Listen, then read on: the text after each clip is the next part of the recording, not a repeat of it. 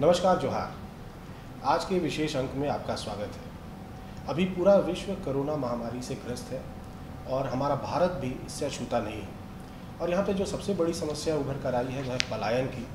बड़े बड़े शहरों से अपने राज्यों की ओर प्रवासी मजदूर, श्रमिक या जो वहाँ पे काम करने वाले कामगार हैं वो लौटकर अपने राज्य की तरफ आ रहे हैं। और उनके लिए सबसे बड़ी समस्या अब है रोज़गार को लेके कि कैसे उनकी आजीविका चलेगी और परिवार को वो कैसे पालेंगे। और इन तमाम बिंदुओं पर हमारी राज्य सरकारें भी काफ़ी काम कर रही हैं कि कैसे उनको आने वाले समय में हम राज्य में ही रखकर रोज़गार उपलब्ध कराएं। और इसमें एक बहुत बड़ी महत्वपूर्ण भूमिका निभा रही है हमारे झारखंड की JTDS, Jharkhand tribal development society. तो कैसे यहाँ के लोगों के रोज़गार के लिए संस्था काम कर रही है, इसके बारे में हमें और आपको जानने की बहुत ज़रूरत है। और इस महत्वपूर्ण विषय पर चर्चा के लिए हमारे साथ इस संस्था के एडिशनल डायरेक्टर आशीष आनंद जी हैं। सर, आपका हमारे कार्यक्रम में स्वागत है। बहुत धन्यवाद आपको। सर, जैसा कि अभी का जो समय चल रहा है, कोरोना के दौरान जो लोगों का पलायन हो रहा है अपने राज्य की ओर, मूल राज्य की ओर, तो वहाँ पे अब आपकी संस्था का जो स्थापना का उद्देश्य है वह कितना प्रभावी हो गया है? आपको अगर मैं थोड़ा पीछे ले चलूँ तो हम लोग पिछले 1.5 साल से तकरीबन इसी तरीके से काम करते आ रहे हैं, जहाँ पर कि लोगों को हम चाहते हैं कि अपने ज़मीन में ही कम से कम 250 दिन का रोज़गार हो जाए। देखिए, अगर मनरेगा की बात करेंगे या फिर अन्य योजना की बात करेंगे तो लोगों के पास 100-150 दिन रोजगार के बाद या तो वो बाहर पलायन कर जाते हैं या फिर वो छोटे मोटे काम में लग जाते हैं। तो हम लोग JTDS की तरफ से एक करीब 1.5 साल पहले से ही एक localised weather based planning approach हम लोग काम कर रहे थे, जिसके तहत कि छोटे छोटे गाँव का, छोटे छोटे कस्बों का हमने वहाँ के संसाधन के अनुरूप प्लानिंग किया है। और प्रयास है कि लोगों को कम से कम 250 दिन का रोजगार अपने घर से मिल जाए। लेकिन क्या वो कारण रहे जिसके कारण उनको पलायन करना पड़ा, चूँकि आप लोग बहुत क्लोजली गाँव को ऑब्जर्व करते हैं? देखिए, 2 मुख्य कारण अगर देखा जाए, एक तो है कि यहाँ की जो ज़मीन है, जो यहाँ की खेती व्यवस्था है, ज़्यादातर धान की खेती के बाद लोग खेती नहीं करते हैं। कई एक कारण उसके हैं, सिंचाई का साधन है या फिर लोगों के पास उस तरह का बाज़ार भी थोड़ा एक मुद्दा रहा है बहुत दिनों से। तो बहुत से कारण हैं कि लोग खेती बाड़ी में 100-150 दिन ही निकाल पाते हैं। उसके बाद या तो वो शहर की ओर भाग जाते हैं या फिर गांव से शहर की अपने राज्य के अंदर ही आते हैं और देखते हैं कि क्या रोजगार हो सकता है। एक तो ये है। दूसरा, जो अगर देखा जाए कि झारखंड की जो पूरी परिदृश्य है, इसमें जंगल का एक बहुत बड़ा रोल है। तो NTFP जो है, नॉन टिम्बर फॉरेस्ट प्रोड्यूस, उसके ऊपर भी हम लोगों ने पिछले काफ़ी दिनों से एक अच्छा कार्य करने का प्रयास किया है, जिससे कि लोग को ना सिर्फ ज़मीन से आमदनी हो बल्कि जंगल से भी आमदनी हो। जी, तो जैसे अभी आपने कहा कि नॉन फॉरेस्ट में, तो इसमें कौन कौन से ऐसे कंपोनेंट हैं जिसको आप लोगों ने शामिल किया है या कैसे जंगल के साथ में जीवन को भी समाहित किया? देखिए, इसके विषय में हम आपको थोड़ा और पीछे ले जाना चाहेंगे। जैसे हम खेती बारे में बात कर रहे थे, तो हम लोगों ने पिछला साल क्या किया कि पहले तो खरीफ कराया, इसमें 68,000 परिवार हम लोगों ने शामिल कराया था पूरे राज्य से। वो हमारा शुरुआत था। उसकी सफलता को देखते हुए हम लोगों ने क्या किया कि हम लोगों ने रबी कराया। अच्छा, रबी के लिए दिक्कत क्या होती है, यहाँ पर लोगों का एक बहुत मानसिकता है कि अगर पानी नहीं है तो रबी नहीं हो सकता है। लेकिन ऐसी बात नहीं है। आप बगैर पानी के भी या कम पानी में भी ऐसे फसल का चुनाव कर सकते हैं जो कि रेसिडुअल मॉइस्चर पर उगाया जा सकता है। और हम लोगों ने 1,10,000 एकड़ में पिछले बार किया। अब बड़ी अच्छी फसल हुई। और अगर उसका एक मूल्य लगाया जाए, बाजार मूल्य लगाया, करीब 450 करोड़ का उत्पादन हुआ है। ये अलावा आपको थोड़ा सा ज़मीन के अलावा जंगल और थोड़ा पशुपालन पर ध्यान देना पड़ेगा। तो हम लोगों का अगर कार्यक्रम देखेंगे तो 10,700 परिवार हमारे ऐसे हैं जिनको कि कम ज़मीन है और उनको हम लोगों ने क्या क्या लाइव स्टॉक में इंक्लूड कराया। उसके साथ मुर्गी पालन कर रहे हैं, बकरी पालन कर रहे हैं, हम सुअर पालन कर रहे हैं। इतना ही नहीं, अच्छे नस्ल के बकरियां और सुअर के लिए हमने हर अपने क्षेत्र में प्रजनन केंद्र का भी व्यवस्था किया है, ताकि वहीं से सुअर की अच्छी नस्ल पैदा हो और गांव में ही चला जाए। झारखंड में जैसे भौगोलिक स्थिति आपने कही, ज़मीन का या लोगों की सोच का, एक फसल से दूसरी फसल रबी तक वो नहीं पहुँच पाते या कहीं चले जाते हैं, तो कितना मुश्किल होता है लोगों को कन्विंस करना, और ख़ासकर जो ट्राइबल बेल्ट है वहाँ पर? देखिए, इस बात में थोड़ा हम आपसे एग्री नहीं करेंगे, क्योंकि डिपेंड करता है आप कैसे उसको समझा रहे हैं। अगर स्थानीय भाषा में, स्थानीय उदाहरण के साथ किसी एक क्षेत्र में ले आकर उसको एक्सपोजर करा कर आप समझाते हैं तो ये मुश्किल नहीं है। हम लोगों ने वही किया। हम लोगों ने क्या किया, शुरुआत में हम लोगों ने क्या किया, एक जगह डिमोन्स्ट्रेट पे लेकर आया और उस डेमोन्स्ट्रेशन प्लॉट को सभी को दिखवाया कि देखिए ऐसा हो सकता है। उस उस आदमी को, या पशुपालन में हम लोग बोलते हैं पशु मित्र बोलते हैं, पशु सखी बोलते हैं, उनको हमने तैयार किया है कि वो अपने भाषा में लोगों को समझाए ताकि उनकी भाषा को लोग ज़्यादा समझ पाए। खेती की जहाँ तक बात है ना, या पशुपालन, ये हमको सिखाना नहीं है, वो लोग करते आ रहे हैं, वो लोग बरसों से पुरखों से करते हुए आ रहे हैं। अगर खेती की बात करें, जो आज हम DSR बोल रहे हैं, सीधी बुआई की बात जो कर रहे हैं, झारखंड में गौड़ा धान बहुत पहले से हुआ चला आ रहा है। ये अलग बात है कि हम लोग उसमें कुछ तकनीकी बढ़ोतरी करवाते हैं कि आप ऐसे कीजिएगा तो इसका फल ये होगा, या फिर वो जो बीज उपयोग कर रहे हैं वो बहुत पुराना बीज उपयोग कर रहे हैं, तो हम बीज बदल दे रहे हैं। तो इसलिए तरीका उनको पता है, बस थोड़ा सा सहयोग देने की ज़रूरत है। क्योंकि अब जो प्रक्रिया या तकनीक है वो भी तो उन्नत होती जा रही है। देखिए, उन्नत जो तकनीक आप बोल रहे हैं, वास्तव में ये तकनीक बहुत पहले से चला आ रहा है। हम लोग सिर्फ क्या किए हैं, उसको थोड़ा सा पैकेज किए हैं। जैसे मान लीजिए आप झारखंड में देखेंगे तो 15 जून के आसपास में यहाँ पर मानसून आ जाता है, लेकिन रोपाई के चक्कर में लोग क्या करते हैं, 15 अगस्त तक रोपाई करते हैं। अच्छा, धान जो है वो 90 से 100 दिन का फसल है। अगर आप जुलाई में उसको 15 अगस्त तक लगाए हैं तो आपको काटते काटते अक्टूबर नवंबर हो गया। अच्छा, नवंबर में आप काटेंगे और तब रबी कब लगाएंगे, इसलिए थोड़ा पहले हमने लगाना। हमने क्या बोला कि आप 15 जून को, जैसे ही आपका 15 जून को मानसून गिरता है, आप बुआई चालू कर दीजिए। अच्छा, धान एक ऐसा फसल है, या मड़ुआ हमारे अगर क्षेत्र का देखेंगे, एक ऐसा फसल है जिनको कि बहुत हार्ड है, जल्दी मरता नहीं है। मड़ुआ को अगर देखेंगे, और ये जो पूरा क्षेत्र आपका छोटा नागपुर का पठार है, ये मड़ुआ यानी मिलेट्स के लिए जाना जाता है। तो हम लोग ज़बरदस्ती अगर उसको धान करवाएंगे तब तो वो ठीक नहीं है, इसलिए उनकी पारंपरिक खेती को फिर से संवारने का समय आ गया है। अच्छा, जब किसी योजना को आप लोग लेकर जाते हैं ग्राम के स्तर पे, तो सर शुरुआत कैसे होती है? क्या उसमें सहभागिता जो ग्राम सभा है उसकी भी होती है, गांव वालों की होती है, या योजना आपकी होती है और सहमति सिर्फ गांव वालों की? देखिए, इसमें एक बड़ा अच्छा बात आपने मुझे बताया, आपने पूछा है। तो हम लोग क्या करते हैं, सबसे पहले हम लोग ग्राम सभा, जो पारंपरिक ग्राम सभा है या फिर जहाँ नहीं है वहाँ, हम लोग पहले ग्राम सभा कार्यक्रम क्रियान्वयन समिति बनाते हैं, जिसको GSPEC बोलते हैं। और हमारा सारा कार्यक्रम उन्हीं के माध्यम से चलता है। हम सिर्फ उत्प्रेरक का काम करते हैं, हम काम कुछ नहीं करते, हम उत्प्रेरक का काम करते हैं। उनके लिए हम फंड का मोबिलाइजेशन कर देते हैं और सारा काम उनके मार्फत ही होता है। मान लीजिए उस गांव में कहीं पर डोभा बनना है, यहीं तालाब बनना है, कहाँ पर ऊपरी ज़मीन है, ये हमको कहाँ पता है, ये उनको पता है। तो वो लोग कार्यक्रम बनाते हैं, हम लोग उस कार्यक्रम को क्या करते हैं, थोड़ा सा और फिल्टर कर देते हैं कि नहीं, आप अगर मान लीजिए 10 डोभा बोले हैं तो इस बार 5 बनाइए, अगले बार फिर और 5 बनाइएगा, ताकि उसको उपयोगिता पूरा बरकरार रह सके। तो कार्यक्रम वो लोग बनाते हैं, हम लोग सिर्फ उत्प्रेरक का काम करते हैं, क्रियान्वयन वो करते हैं, हम सिर्फ उनको टेक्निकल मदद करते हैं और अंततः लाभ उनको होता है। हम सिर्फ उनको एक रास्ता दिखाने का काम करते हैं। और अभी इस कोरोना के दौरान जितने भी माइग्रेंट्स गाँव की तरफ लौटे हैं, अगर कुछ वो जुड़ना चाहते हैं JTDS के कार्यक्रम से या आजीविका के लिए, अपने परिवार की सुरक्षा के लिए, तो कैसे वो जुड़ सकते हैं? देखिए, एक तो पहले बड़ा अच्छा बात आपने कहा कि हम लोग क्या कर रहे हैं, अभी हर ग्राम सभा में एक लिस्ट तैयार करवा रहे हैं कि कितने लोग हमारे भाई बंधु बाहर गए थे और कितने लोग लौट रहे हैं और वो किस परिवार से हैं। और हम लोग का प्रयास होता है कि गांव में पूरे गांव को लिया जाए, कोई छूटे ना। तो इसीलिए उनको कुछ कहीं जाना नहीं है, उनको बस अपने गांव में लिस्ट में देखना है कि उनका नाम है कि नहीं। नंबर 1 बात।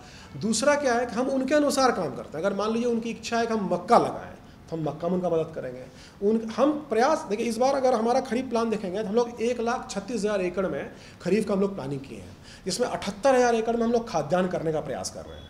खाद्यान्न में हम क्या करा रहे हैं, तो धान करा रहे हैं, मड़ुआ करा रहे हैं, मकई करा रहे हैं।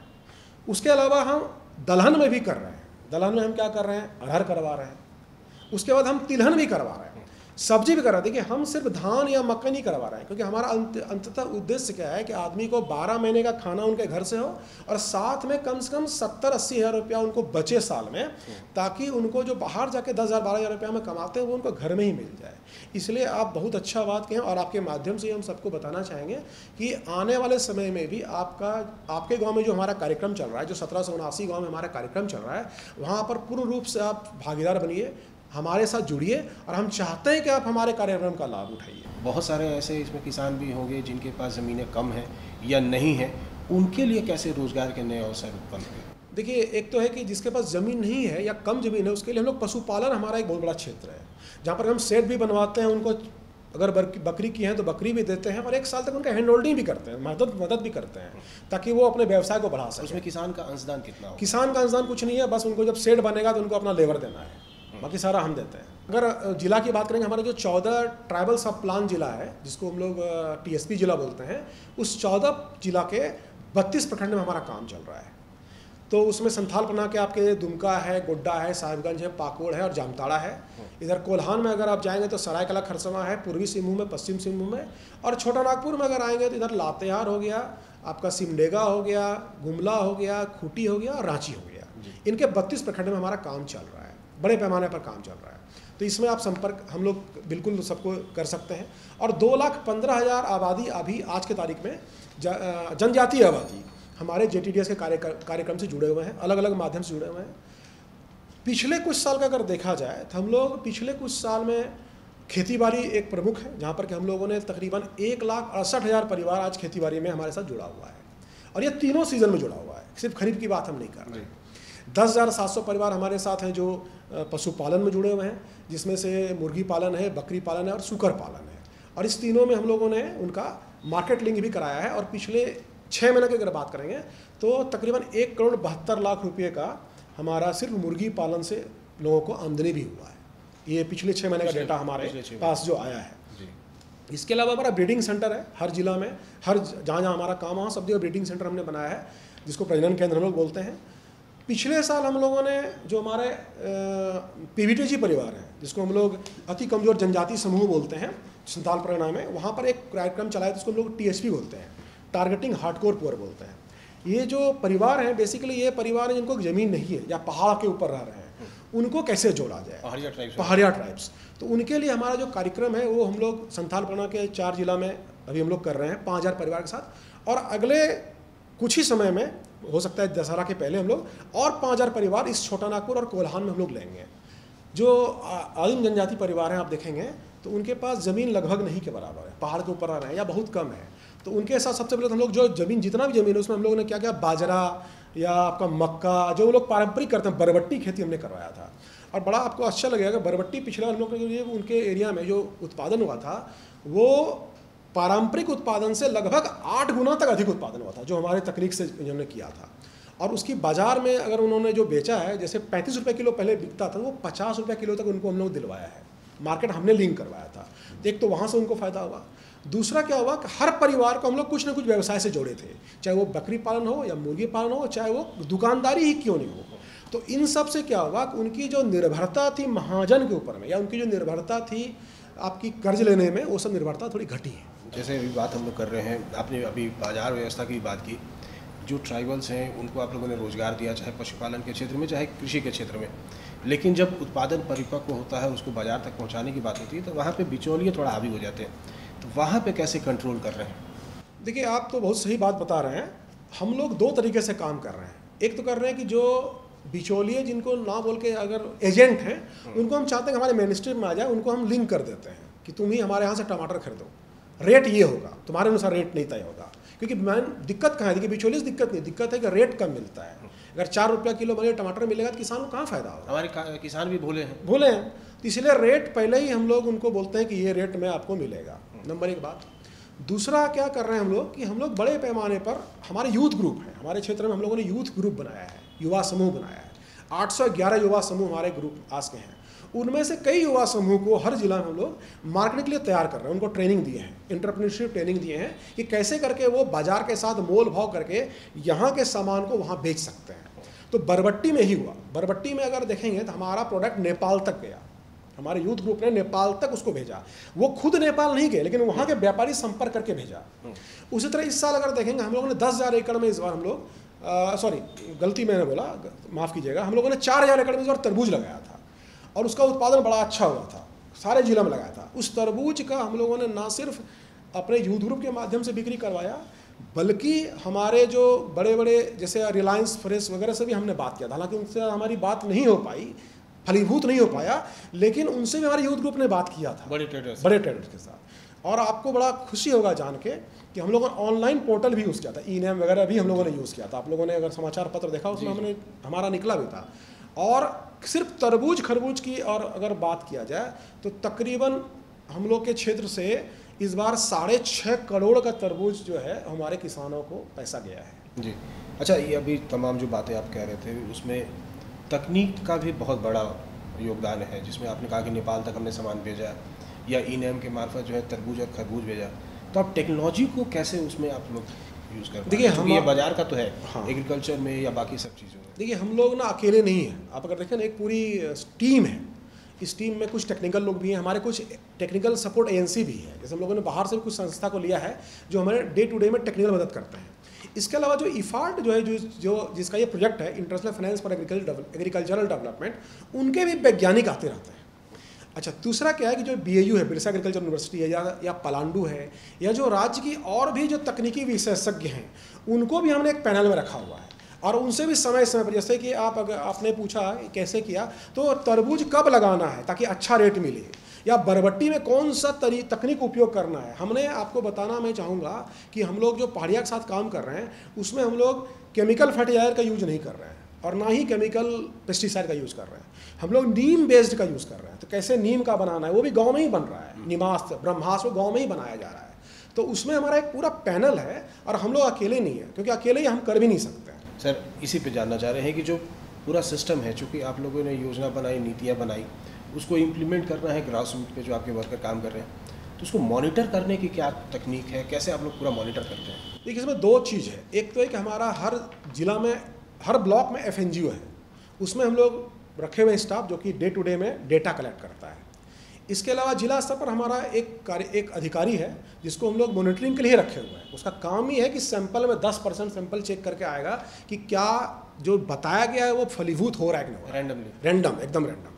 तीसरा क्या है कि हम लोग खुद यहाँ से करते हैं, और चौथा कि हम लोग एक बाहर का संस्था को भी बुलाकर उसका एक एनालिसिस करवाते हैं। अभी हम लोगों ने हैदराबाद का एक संस्था को बुलाकर एक पैनल किया था, जिन्होंने क्या करके एक स्टडी करके बताया है कि हमारे कार्यक्रम से आदिवासी जनजीवन में क्या फ़र्क पड़ा है। मैं आपको बताना चाहूँगा कि हमारे कार्यक्रम का प्रभाव ये पड़ा है कि जहाँ पर 13,000 रुपये की आमदनी एक परिवार की थी, वो बढ़कर अमूमन हमारे प्रयास से 26,000 हो गया है, अमूमन एक सीज़न में। तो ये बहुत बड़ी बात है, डबल से भी अधिक हो गया है जी। अच्छा सर, एक चीज़ और है, झारखंड जो है कहते हैं और है भी वनाच्छादित पूरा प्रदेश है, और यहाँ पे वनोत्पाद की भी बहुत खासी बहुलता है। चाहे आप चाईबासा की तरफ चले जाएँ तो तसर है, गुमला की तरफ ला है, दुमका की तरफ भी तसर है। तो इन सब चीज़ों पे भी काम कर रहे हैं क्या आप लोग? देखिए JTDS का ना इस कार्यक्रम जो प्रोजेक्ट है, इसमें हम लोग वनोपज के ऊपर में बहुत ज़्यादा हमारा कार्यक्रम नहीं है। थोड़ा बहुत संथाल परगना में जो लोग इमली या वो सब कर रहे हैं, वो सब हम लोग थोड़ा प्रयास कर रहे हैं बिकवा देने का। लेकिन हाँ, इस पर एक विस्तृत कार्यक्रम बन सकता है। एक बहुत बड़ा क्षेत्र है, और अगर देखा जाए तो आदिवासी परिवार का अगर आमदनी का जरिया देखा जाए 40% ज़मीन से आता है और तकरीबन 25-26% जंगल से ही आता है। इसलिए इसको नज़रअंदाज नहीं किया सकता है। आने वाले समय हम लोग JTDS के माध्यम से भी अगर भविष्य में हम लोग कार्यक्रम करते हैं तो इसके ऊपर भी एक विस्तृत कार्यक्रम बनाया जा सकता है, और उसकी संभावना है। जिन क्षेत्रों में आप लोग काम कर रहे हैं काफ़ी अच्छा उनका सकारात्मक जो है सामने से प्रत्युत्तर भी आता है, बताते भी हैं। लेकिन अभी अब जो लाखों लोग आ रहे हैं, लगभग एक आंकड़ा आ रहा है कि 9 से 10 लाख माइग्रेंट्स जो है झारखंड में आएंगे, और उसमें से आधे से ज़्यादा के रुकने की भी संभावना है। तो इन लोगों को आप कैसे समाहित कर पाएंगे, या कैसे इंश्योर करेंगे कि नहीं आपके गांव में ही रोज़गार के वो तमाम साधन जो है मौजूद हैं जो आप चाहते हैं? देखिए, खेती बाड़ी और पशुपालन या जो फॉरेस्ट्री मैंने एग्रो फॉरेस्ट्री बोल रहे हैं, इनसे संबंधित कार्यक्रम में तो हम जरूर चाहेंगे कि वो जुड़े हमारे साथ। जो हमारे 14 जिला के 1779 गाँव हैं, और उसमें पूरा प्रयास JTDS का होगा कि सभी के लिए कुछ ना कुछ किया जाए। सभी को कम से कम यहाँ पर तीनों सीज़न में अगर मान लीजिए नहीं भी फसल कर पाते, 2 सीज़न जरूर वो फसल करें, वो हमारा पूरा प्रयास होगा। उसमें कोई हम पीछे नहीं हटने वाले हैं में से हैं, और हम चाहेंगे कि वो हमारे यहाँ ही रहकर काम करें, क्योंकि यहाँ पर बहुत बड़ी संभावना है। अगर झारखंड में देखा तो बहुत बड़ी संभावना है। अगर अपलैंड मतलब जिसको हम लोग टाँड़ बोलते हैं, चौड़ा बोलते हैं, बहुत बड़ा पैच है जहाँ पर कि बड़े पैमाने पर हम लोग अगर बागवानी कर लिया जाए, जो नरेगा का जो कार्यक्रम भी है उसके माध्यम से अगर हम फलदार वृक्ष लगा लें तो इसकी संभावना बहुत है। आने वाले समय में हम लोग अपने इस पूर्वी क्षेत्र के लिए एक बहुत बड़ा हब बन सकते हैं, इसकी पूरी संभावना है जी। अच्छा, हाल के दिनों में भी पिछले साल में देखा कि आप लोगों ने गुमला में, लोहरदगा में पपीता की खेती खूब करवाई है, तो ये कैसे संभव हुआ? देखिए, एक चीज़ मैं बताना चाहूँगा कि हम लोग की ना पहले से चली आ रही थी कि यहाँ पपीता नहीं हो सकता है। लोग बोलते हैं यहाँ पपीता नहीं हो सकता है, लेकिन जितना हम लोग का अनुभव था, जो हम लोगों ने छोटे छोटे पैच में किया था कि यहाँ पपीता हो सकता है और बड़े अच्छे हो सकते हैं। खासकर जो ये हमारा छोटा नागपुर का प्लेटो है, जिसकी जो ऊपर वाली ज़मीन है, उसमें बागवानी के लिए बहुत ही उपयुक्त है। तो हम लोगों ने सबसे पहले कर्रा में शुरू किया, खूटी का कर्रा में, जहाँ 5 एकड़ में लगाया था, और उस किसान समूह में हमने कहा, हम अकेले नहीं करते हैं, 5-6 लोगों के समूह में करते हैं, कम्युनिटी फार्मिंग करते हैं। तो उसमें 57,000 रुपये का उनको मुनाफा हुआ था। उसको देखा देखिए हम लोगों ने 70 एकड़ में लगाया, 5 एकड़ को बढ़ाकर 70 एकड़ में किया। और पिछले साल अभी तुड़ाई कुछ दिन पहले तक ही चली है, एक और तुड़ाई होना बाकी है, तो उस समय करीब करीब 4-4.5 लाख रुपये का आमदनी एक एक जिला में किसानों को हुआ है। 10 किसान को अगर 10-12 किसान को अगर देखा जाए तो आप मान के चलिए 40,000-30,000 रुपया का आमदनी किसानों ने किया है। और हम लोग इसको आगे बढ़ाकर इस साल फिर से 70 एकड़ में लगा रहे हैं। और हम फिर बताना चाहेंगे कि ये ना एकदम से लोकलाइज टेक्निक है, हम लोग कोई बाहर का बीज नहीं ला रहे हैं। हम लोग भारतीय बीज निगम जो हमारा है उनके द्वारा उनका बीज यूज़ कर रहे हैं, और उसमें भी हम लोग लोकल टेक्नोलॉजी यूज़ कर रहे हैं। हम लोग कोई बाहर का टेक्नोलॉजी इसमें यूज़ नहीं कर रहे हैं। नीमास्त्र है, नीम काल दे रहे हैं, ब्रह्मास्त्र दे रहे हैं, आपका सरसों का खल्ली दे रहे हैं, मतलब से लोकलाइज, ताकि अगर हम कल ना भी उस क्षेत्र में काम करें तो लोग अपने आप खेती कर सकें। और बिकवाने के लिए हम लोग फिर बता रहे हैं कि हमारा यूथ ग्रुप कर रहा है। अच्छा सर, एक चीज़ ये भी है कि हाल के वर्षों में कहा गया कि खेती जो है वो प्रॉफिटेबल बिजनेस नहीं है, इसलिए जो नए यूथ हैं उनकी रुचि भी खेती से हट रही थी। क्या कहना चाहेंगे, कैसे इसमें जो है प्रॉफिट लिया जा सकता है, चूँकि आपको भी अच्छा खासा अनुभव हो गया है? देखिए, एक तो पहले कि अभी देखेंगे तो बहुत सारा यूथ बड़े बड़े संस्थान से पढ़कर फिर से खेती करने में आ रहे हैं, इसलिए इसको एक बार रिवर्स माइग्रेशन बोल सकते हैं कि लोग फिर से पुनः खेती की ओर आ रहे हैं। और एक चीज़ बड़ा इम्पॉर्टेंट है कि आप प्लानिंग कैसे करते हैं, आपको कब क्या लगाना है, क्योंकि आप समय को अगर चूक जाते हैं ना तो फिर आप आगे पूरा निकल, जैसे मान लिया हम जैसे बता रहे थे, आप अगर 15 अगस्त तक धान रोपाई ही करेंगे तो काटेंगे कब? दिसंबर में काटेंगे। अच्छा, दिसंबर में काटेंगे तो रबी कब लगाएंगे? अच्छा, रबी कब अगर लगाएंगे तो जायद छूट जाएगा, आपका गर्मा छूट जाएगा। तो प्लानिंग इंपॉर्टेंट है, नंबर एक। दूसरा क्या है कि जो मुझे समझ में आया है इन पिछले जो मेरे कार्यकाल मैंने जो 16-17 साल का मेरा जो अनुभव है इसमें, कि एक तो प्लानिंग, और दूसरा क्या है कि कभी भी हम बड़े पैमाने पर जो मैंने खासकर झारखंड के में बड़ा ही है कि आप मतलब स्टैगर्ड में लगाइए, मतलब जैसे अगर 50 किसान को लगाना है तो 10 किसान को आज लगवाएं, 10 किसान को 10 दिन बाद लगवाएं, ताकि उत्पादन उसी तरह धीरे धीरे आए। एक बैग से जो उत्पादन आ जाता है ना वो गलट कर जाता है, मार्केट में बैठ जाता है, बिकता नहीं है। अच्छा, किसान एक बार अगर नुकसान कर लिया तो फिर भी हिम्मत नहीं करता है, तो थोड़ा हिम्मत बंधाने की भी ज़रूरत है, लोकलाइज टेक्निक लाने की ज़रूरत है, और जो एक्सटेंशन सर्विस है जो बहुत इंपॉर्टेंट है, एक्सटेंशन सर्विस जो है उसको दुरुस्त करने का ज़रूरत है, मार्केट और डिमांड को भी समझने की ज़रूरत है। अच्छा सर, अब अंत में आपसे जानना चाहेंगे कि पिछला जो भी आप लोगों का काम रहा है, अब आने वाले समय में किस प्लानिंग के साथ आप लोग जा रहे हैं, और क्या कुछ है आजीविका को सुदृढ़ करने के लिए, और जो लोग आ रहे हैं उनको कोशिश ये हो कि वो यहाँ रुकें? देखिए, दो चीज़ हम लोग अब फोकस कर रहे हैं। एक तो है कि जो हमारे ये 2,15,000 परिवार जिनका काम कर रहे हैं, मोटा मोटी 2 लाख परिवार इस साल हमारे खेतीबाड़ी में आ जाएंगे। तो खेतीबाड़ी तो उनको मोटा मोटी अब समझ में आ रहा है। अब स्मॉल फार्म इक्विपमेंट्स का बहुत ज़रूरत है, क्योंकि देखिए आदमी के पास लेबर है, लेकिन उसमें इफ़िशियंसी की थोड़ी कमी है। मतलब जल्दी जल्दी करना है, मान लीजिए 1 एकड़ खेत जोतना है तो हल से कितना दिन में जोतेगा।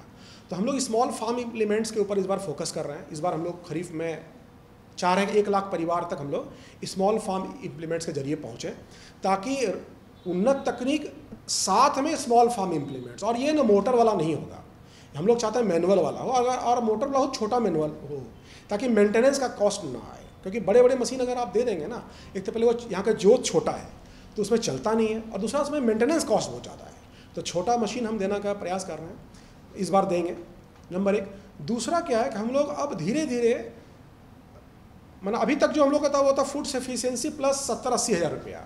अब हम लोग चाह रहे हैं कि फूड सफिशिएंसी 70-80 हज़ार से थोड़ा सा ऊपर, यानी कि वैल्यू एडेड एग्रीकल्चर में जाना चाह रहे हैं। चाहे वो जो गर्मा फसल है उसमें आप सब्जी ले लीजिए, सब्जी में भी क्या हाई वैल्यू क्रॉप लीजिए ताकि मार्केट उसका अच्छा मिल सके। और हम प्रयास करेंगे कि हमारी योजना के साथ साथ अगर और भी योजना के साथ हम कन्वर्ज कर सकें, जहाँ पर कि प्राइमरी स्तर में, लोकल स्तर में ही छोटे स्तर पर मान लीजिए कुछ वैल्यू एडिशन हो जाए। जैसे मान लीजिए इमली आप कर रहे हैं तो डिसीडिंग कर दीजिए, टमाटर मान लीजिए एक साथ आए तो कहीं पर थोड़ा कोल्ड स्टोरेज छोटा छोटा हो जाए। तो हम लोग उसमें प्रयास इस बार हम लोग का है, और हम लोग चाहेंगे कि बाकी जो हमारी सरकार की जो योजना है उनका कन्वर्ज करके इसको बड़े पैमाने पर किया जाए। तो देखा दोस्तों आपने कि हमारे साथ में आशीष जी थे, और इन्होंने काफ़ी अच्छे ढंग से बताया कि JTDS कैसे हमारे झारखंड में काम कर रही है। और सबसे बड़ी बात है कि जो यहाँ के जनजातीय परिवार हैं, लगभग लाखों की संख्या में, उनको सीधे तौर पे मदद कर रही है, उनके गांव के स्तर पे जो भी वहाँ उपलब्ध संसाधन है उसके आधार पे ही आजीविका के जो साधन है वो उनके लिए तैयार किए जा रहे हैं। सर, आप हमारे साथ जुड़े, हमारे दर्शकों को इतनी बहुत बहुत धन्यवाद, जानकारी दी आपने अपनी संस्था के बारे में, इसके लिए बहुत बहुत धन्यवाद आपका। आपको भी बहुत बहुत धन्यवाद और आपको भी हमारे साथ जुड़े रहने के लिए बहुत बहुत धन्यवाद।